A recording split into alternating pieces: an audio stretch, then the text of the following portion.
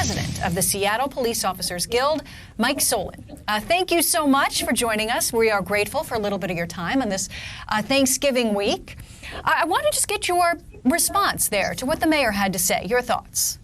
Well, clearly this is the result of the city council conducting activism via their governance, listening to the loud socialist mob that is calling for more reform, but taking away budgeted money for public safety, which to me is unfortunate because regardless of your politics, we know that Seattle is very progressive. This is everybody's public safety on the line as far as being negative. And if we still conduct ourselves, meaning the council, to infuse and quite visibly show disdain for law enforcement and take away money from us, people's public safety is going to continue to devolve. And as we've seen crime spike in Seattle, this is a very serious situation with this march to socialism. It's not just going to impact Seattle as we are the experiment towards socialism in terms of removing funds for law enforcement purposes and public safety, but this is going to spread across the nation as we've already seen it happen. It's very unfortunate.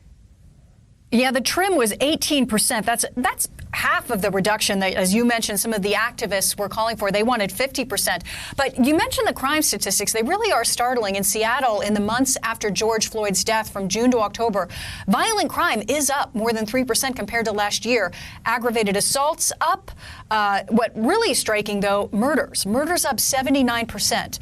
So when we talk about trimming the budget of the police force, does it make the community less safe? And what does it mean for officers that are out there?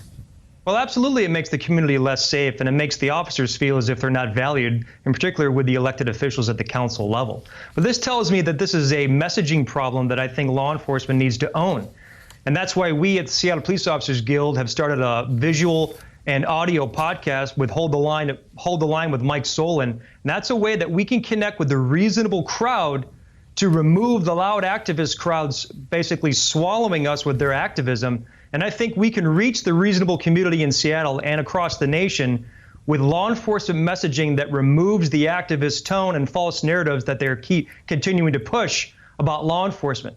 We don't conduct ourselves in a racist manner. 99.9% of the great human beings that do the job of policing, not only in Seattle but across this nation, do it for the right reasons.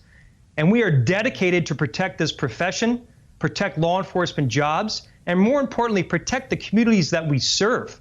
And we've about had it with this march towards what they claim is a racist system in terms of law enforcement, completely false narrative. And I welcome anybody to come on the podcast to please help us understand your position, and maybe you can hear us. And that's what's been missing here, is the messaging is being controlled by the far left progressive mob movement in terms of claiming that police are racist. Completely untrue. Well, I think a lot of people there in your community, I'm sure, would be looking for any open channels of communication between the police and the community, as you seem to be seeking as well. Wishing you a wonderful Thanksgiving, all the police officers there, the entire community of Seattle. I know it's been very challenging there. So wishing you a much better 2021, and hopefully a lot of resolutions can be reached. Mike, thank you so much for joining us. Appreciate it. You bet, Molly. Happy Thanksgiving, everybody.